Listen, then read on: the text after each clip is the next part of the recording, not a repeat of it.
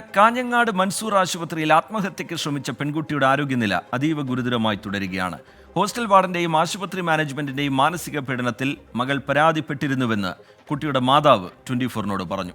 സംഭവത്തിൽ പോലീസ് കേസെടുക്കുന്നില്ല എന്നാരോപിച്ച് വിദ്യാർത്ഥി യുവജന സംഘടനകൾ നടത്തിയ പ്രതിഷേധം സംഘർഷത്തിൽ കലാശിച്ചു.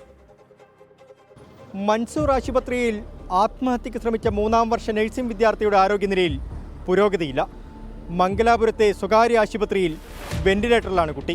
സംഭവത്തെ തുടർന്ന് കാഞ്ഞങ്ങാട് നഗരത്തിൽ പ്രതിഷേധം ശക്തമാവുകയാണ്. പെൺകുട്ടിയുടെ ആത്മഹത്യാശ്രമം ചൂണ്ടിക്കാട്ടി വ്യാപകമായ പ്രതിഷേധമാണ് മൻസൂർ ആശുപത്രിയിലേക്ക് ഉണ്ടാകുന്നത്. മംഗലാപുരത്തെ സ്വകാര്യ ആശുപത്രിയിൽ ചികിത്സയിൽ കഴിയുന്ന പെൺകുട്ടിയുടെ ആരോഗ്യനില അതീവ ഗുരുതരമായി തുടരുകയാണ്. ഇന്ന് രാവിലെ മുതൽ കുട്ടിക്ക് കടുത്ത പനിയുണ്ട്. ശ്വാസമെടുക്കുന്നതിനും ബുദ്ധിമുട്ടുണ്ട്. ഹോസ്റ്റൽ വാർഡന്റെയും ആശുപത്രി മാനേജ്മെന്റിന്റെയും മാനസിക പീഡനത്തെക്കുറിച്ച് മകൾ മുൻപ് പരാതിപ്പെട്ടിരുന്നുവെന്ന് ആത്മഹത്യയ്ക്ക് ശ്രമിച്ച പെൺകുട്ടിയുടെ മാതാവ് 24-നോട്.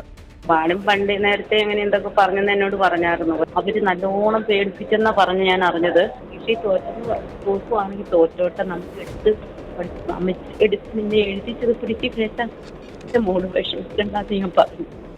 സംഭവത്തിൽ സഹപാഠികളുടെയും സുഹൃത്തുക്കളുടെയും ഭാഗത്തുനിന്ന് ശക്തമായ പ്രതിഷേധമുണ്ടായെങ്കിലും പോലീസ് നൽകിയ ഉറപ്പിനെ തുടർന്ന് അത് താൽക്കാലികമായി അവസാനിപ്പിച്ചു. ആശുപത്രിക്കെതിരെ ഗുരുതരമായ ആരോപണമുയർന്നിട്ടും പോലീസ് കേസെടുക്കാൻ തയ്യാറായിട്ടില്ലെന്ന് ചൂണ്ടിക്കാട്ടി വിദ്യാർത്ഥി യുവജന സംഘടനകൾ മൻസൂർ ആശുപത്രിയിലേക്ക് മാർച്ച് നടത്തി.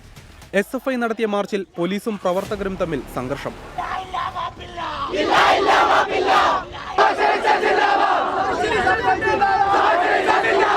ഞങ്ങളിപ്പോൾ നിങ്ങളെ നെയിം ബോർഡ് പൊട്ടിച്ച് വിളിച്ച പോലീസുകാരെ കാണാം. നിങ്ങളുടെ ഡ്യൂട്ടി പറഞ്ഞിട്ടുണ്ടോ?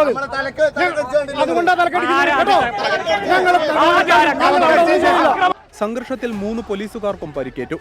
ചീമേനി സ്റ്റേഷനിലെ SI സുരേഷ്, ഹോസ്ദുർഗ് സ്റ്റേഷനിലെ civil police officer Vineesh, Nileshwaram സ്റ്റേഷനിലെ സിവിൽ പോലീസ് ഓഫീസർ അജിത് എന്നിവർക്കാണ് പരിക്കേറ്റത്. ആശുപത്രിയിലേക്ക് പ്രതിഷേധവുമായി എത്തിയ യൂത്ത് കോൺഗ്രസ് പ്രവർത്തകർക്കെതിരെ പോലീസ് ലാത്തി വീശി.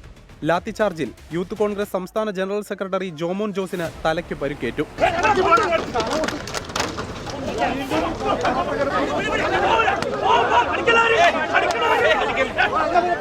പോലീസും മാനേജ്മെന്റും ഇതിന്റെ അധികാരികളും കൂടി ആ കുട്ടിയെ ഒളിപ്പിച്ചു വെച്ചിരിക്കുകയാണ്. ആ കുട്ടിയുടെ നിലവിലെ ആരോഗ്യസ്ഥിതി എന്താണെന്ന് പോലും വെളിപ്പെടുത്താതെ മാനേജ്മെന്റിന് വേണ്ടിയിട്ട് മാനേജ്മെന്റിന്റെ അച്ചാരം പറ്റിക്കൊണ്ട് മാനേജ്മെന്റിന്റെ സെക്യൂരിറ്റി പണിയാണ് ഇവിടുത്തെ പോലീസ്, കാഞ്ഞങ്ങാട്ടെ പോലീസ് എടുക്കുന്നത്.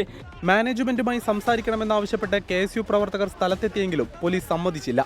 ഇതോടെ പോലീസും KSU പ്രവർത്തകരും തമ്മിൽ വാക്കേറ്റമുണ്ടായി.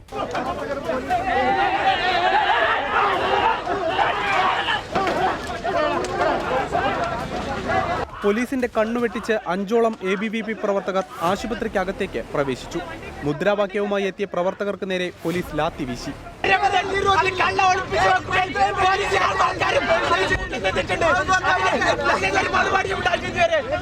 നഴ്സിംഗ് വിദ്യാർത്ഥി പ്രതിനിധികളുമായി ഹോസ്ദുർഗ് DYSP ബാബു പെരിങ്ങോത്തിന്റെ നേതൃത്വത്തിൽ ചർച്ച നടത്തി. കുട്ടികളുടെ മൊഴിയുടെ അടിസ്ഥാനത്തിൽ കേസെടുക്കാനാണ് പോലീസിന്റെ തീരുമാനം. മൻസൂർ ആശുപത്രിയിൽ മുൻപും സമാനമായ പ്രശ്നങ്ങൾ ഉണ്ടായിരുന്നെന്നാണ് വിദ്യാർത്ഥികൾ ഉയർത്തുന്ന ആരോപണം.